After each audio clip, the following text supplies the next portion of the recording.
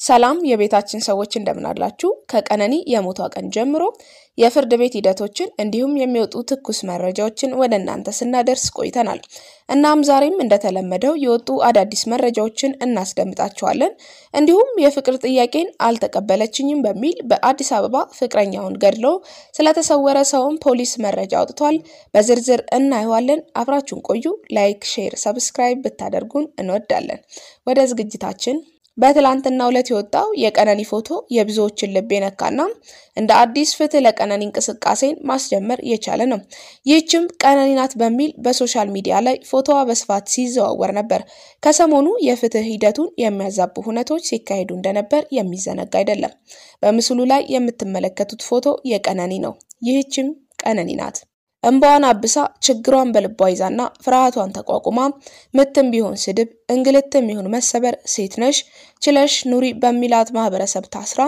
ሁሉን ችላ አብራ ስቃ ተጫውታ ለማለፍ ሳይደብቃት ተደብቃ መኖር መርጣ ጊዜ የቀደመቻት ወጣት ወጣ ብትነግረን ስለማናምናት እውነቴ ይሄ ነው ብትለን እርሱ እንደዚህ አይደለም ብለን ስለምንዘባበትባት እንዴት ትተይዋለሽ ክብርሽ ጎድሏል ብለን ስለምናሸማቅቃት ጊዜ የቀደመቻት ባለ ብዙ ህልም ጎበዝ ሴት የኛ ድክመት ውጤት ይህችም ቀነኒ ናት ሶሃድ መሐመድ በፌስቡክ ገጿ ያጋራችሁ ነው ጥላዬ ያሚ የተባለ ፌስቡከኛ ደግሞ ያጋራውን ጽሁፍ እናካፍላችሁ ሙዚቃ እንወዳለን ዜማ ለነፍሳችን ትቀርባለች ግን የዜማ ነፍስ ከሰው ነፍስ አትቀርበንም ከሰው ሙዚቃን አናስቀድምም ከዜማም ከዝናም የንጹህ ሰው ነፍስ ትበልጥብናለች ቀነኒ ከነህመሟ ርቃን ሄዳለች ሰውነት ይገደናል ካልን ግን ያ የሷ ህመም ሊያመን ይገባል ጠባሳዋ ሊሰማን ግድ ይላል ህይወት በሚያጓጓበት ለጋድሜ የተቀነጠሰች ዛሬ ለራሷ መሟገት የማትችል ለሷ ለኡነት እንድንጮ ሞራላዊ ግዴታ ጥላብን ላትመለስ ሄደች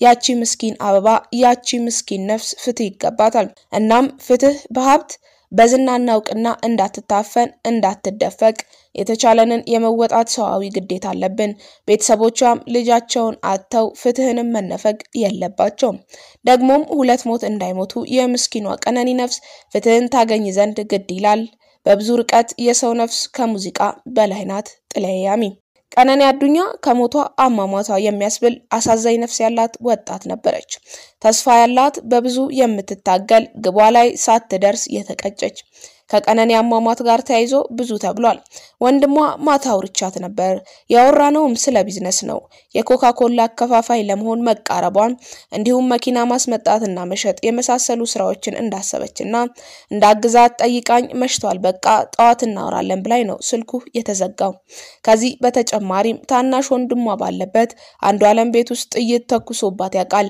እስካሁንም መስኮቱ ላይ ጥይት የበሳው ቀዳዳ አለ በማለት ተናግሯል እኒህ ነገሮች ተደምረው ራሷን አጥፍታ ነው ለማለት ብዙ ሰው ተቸግሯል ከሰሞኑ አባቷ ፍትህ ለልጅ እስካገኝ ከጎኔ ቁሙ ብለው ተማጽኖ ነበር አባገዳዎች ነገሩ በሽምግልና እንዲፈታ ፈልገዋል አቶ አዱኛ ዋቆንም ነገሩ ከፍርድ ቤት ይውረድ በሽምግልናና በካሳ ይለቅ እያሉ ሊያግባቡ ሞክረዋል ጓደኞቹ ማለትም ባርቱ ዙሪያ ያሉ እንደ ድምጻዊ ታደለ ገመቹና ጋዜጠኛ ግርም ጫላን የመሳሰሉት ልጃችን እስር ቤት ከማንም ሌባና ቀማኛ ጋር አይታሰርም በማለት ሊያስፈቱት ጉዞ ጀምረዋል ኮሚሽነሩ ገፋት እንጂ አልገደላትም ማለታቸውም አይዘነጋም ነገሩ ወሰብሰብ ብሏል የሚያውቋትም እማያውቋትም ግን ፍትህ ለቀነኒ እያሉ ይገኛሉ የቀነኒና መሰሎቿ የሴት ልጅ ሰቆቃዎች በየቀኑ እየጨመሩና እየከፉ መጥተዋል ፓውሌት ኬሊ የምትባል ገጣሚ ጽፋው አሴ ዶቼቬሌ በሚል የፌስቡክ መጠሪያ የሚታወቀው ወደ አማርኛ ስድ ንባብ የቀየረውን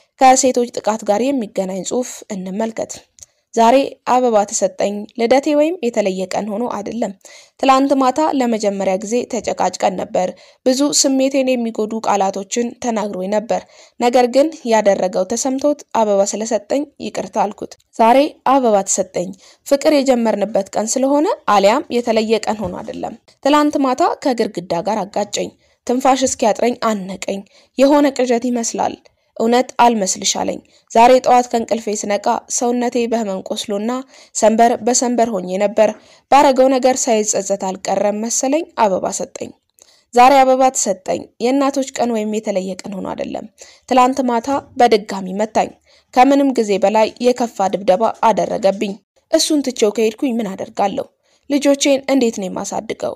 ገንዘብ ከየት አመጣለሁ? እሱን ፈርቻለሁ። እሱንም ትቶ መውጣት ፈርቻለሁ።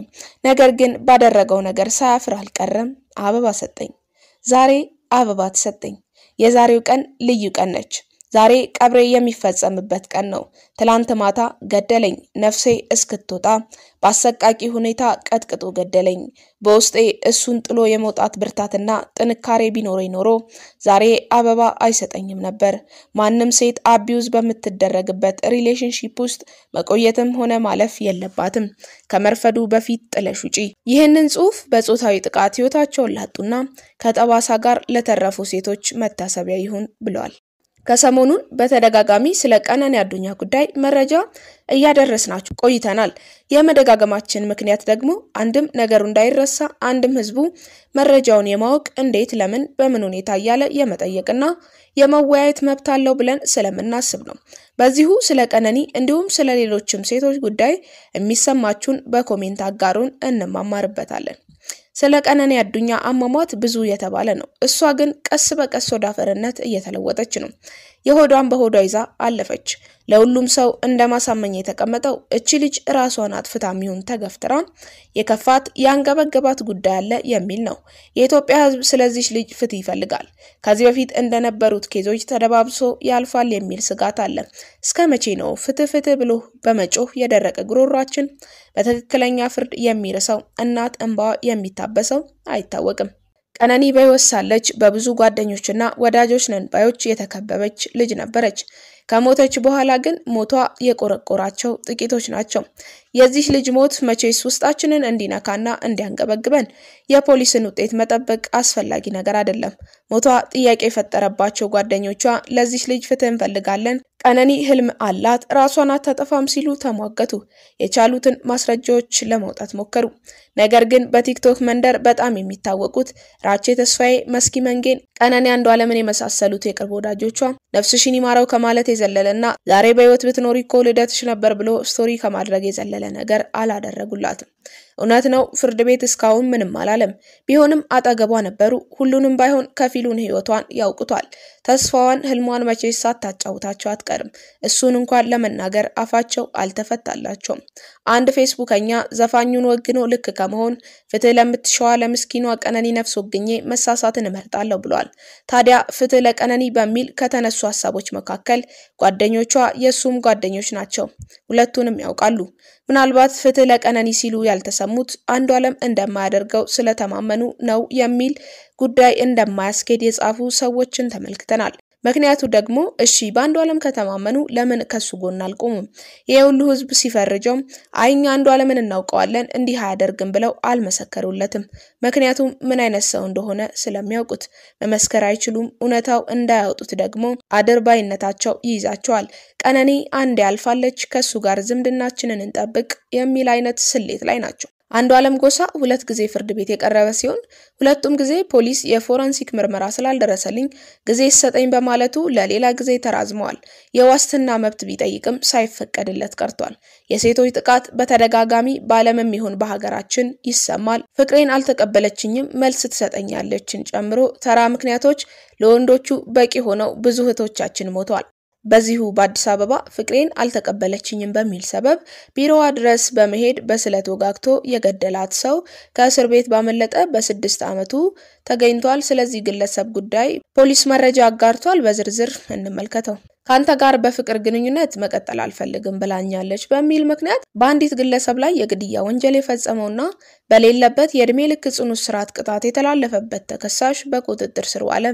ተከሳሹ ጌታቸው አለምጻ ይባላል። የወንጀል ድርጊቱን የፈጸመው ጥር 2 ቀን 2011 ዓ.ም ከቀኑ 5 ሰዓት ገደማ በንፋስ ስልክ ላፍቶ ክፍለ ከተማ ወረዳ 2 ልዩ ቦታው ሳባ ህንጻ ላይ ነው። ከአዲስ አበባ ፖሊስ ወንጀል ምርመራ የተገኘው መረጃ እንደሚያመለክተው ተከሳሹ በህንጻው 6ኛ ፎቅ ወደሚገኘው የክፍለ ከተማው የፋይናንስና ኢኮኖሚ ልማት ጽሕፈት ቤት ቢሮ ውስጥ በመግባት የፍቅር ጓደኛዬ ናት በሚላት መዓዛ ካሳ በተባለች ግለሰብ ላይ የግድያ ወንጀሉን ፈጽሟል። አልፈልግህም ብላኛለች በሚል ምክንያት በመካከላቸው በተፈጠረ አለመግባባት ግለሰቧን በቢሮዋ ውስጥ እያሯሯጠ የተለያየ የሰውነት ክፍሏን በስለት በመውጋት ህይወቷ እንዲያልፍ ያደረገው ተከሳሹ በፖሊስ ቁጥጥር ስር ውሎ በሰውና በሰነድ ማስረጃ የምርመራ መዝገብ ተደራጅቶበታል።